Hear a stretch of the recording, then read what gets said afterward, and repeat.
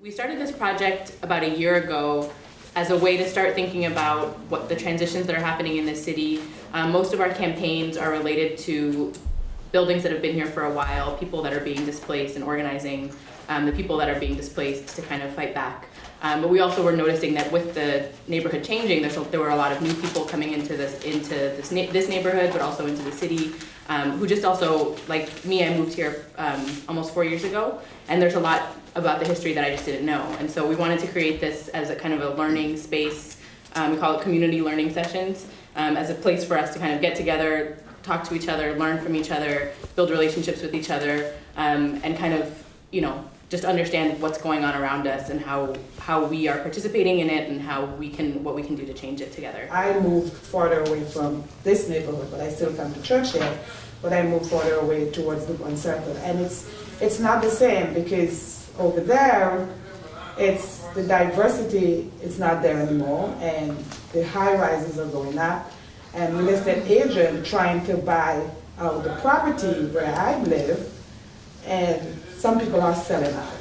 I lived in Shaw in 1995 when people were buying up property but not living in it. And you knew change was coming. You didn't know exactly how quickly it was going to come. But the services that residents got were not very good. It was almost as if they wanted to drive you out. There were people of color around here. Like most of the houses, there were people of color. But they're all gone. And I noticed the people are not of color anymore. And it's so unfriendly. I feel like I don't even belong. I was, like Mariam said, very conscious when I moved here that I was entering a city with a story and entering the stories of its residents. So, and I want to play a role in more equitable development. And I know that, like, the reason I came today is because I need to learn and listen. I think for me, the biggest change beyond all the physical stuff is the fact that, particularly in DC, there has been sucked out of the population any sense of militancy, any sense of militancy, any sense of the desire to fight back, and not allow the status quo just to do whatever they want. I am worried that I will have to move out of my neighborhood, not because I want to, because the property taxes will be so high and I will be forced to sell my property.